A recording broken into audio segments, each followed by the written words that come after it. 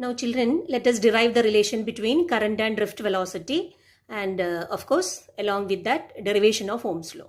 So you consider a conductor of length L, area of cross section A, okay, connected, both the ends are connected across a battery of potential difference V.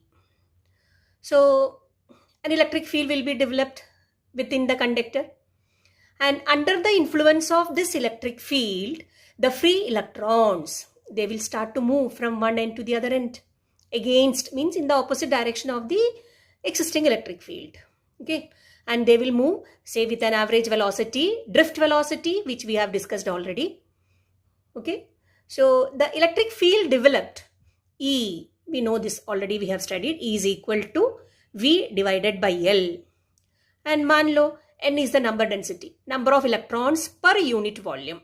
So small n is equal to N, total number of electrons by volume. So A is the area of cross section, L is the length, so volume will be A into L. So the volume and the total number of electrons within the conductor means per unit volume, that is N into volume, so N into AL.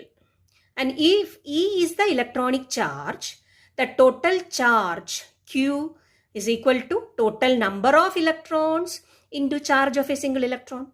So Q is equal to N into AL into E.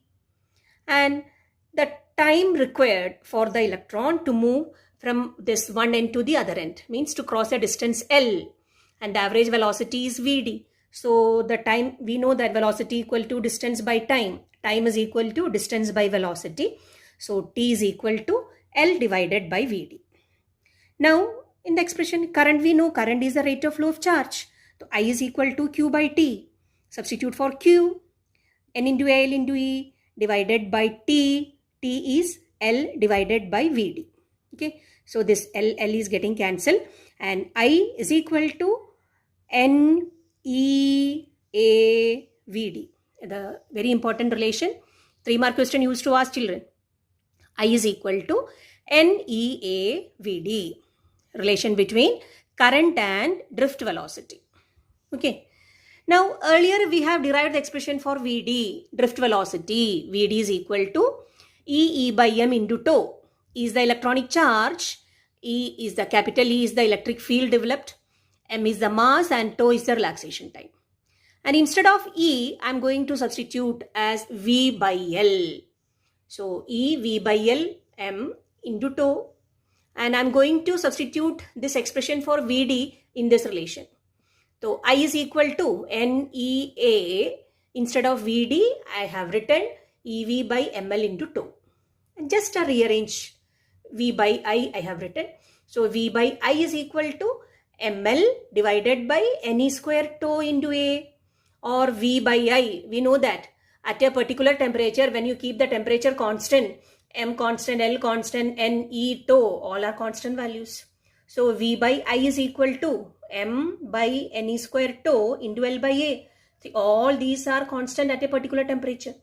So V by I is a constant, and that is the Ohm's law. So we have proved Ohm's law. V by I is equal to constant, or that shows that V directly proportional to I. And that constant is the resistance of the conductor material. And we know that resistance formula depends upon length and area. How? R is equal to rho L by A. Now you compare these two equations. So R is equal to rho L by A. R is equal to m by ne square tau into L by A. So we can get the value of rho, specific resistance. Rho is equal to m divided by ne square tau. So very important relation, children. Specific resistance depends on number density and relaxation time, inversely proportional to. Okay.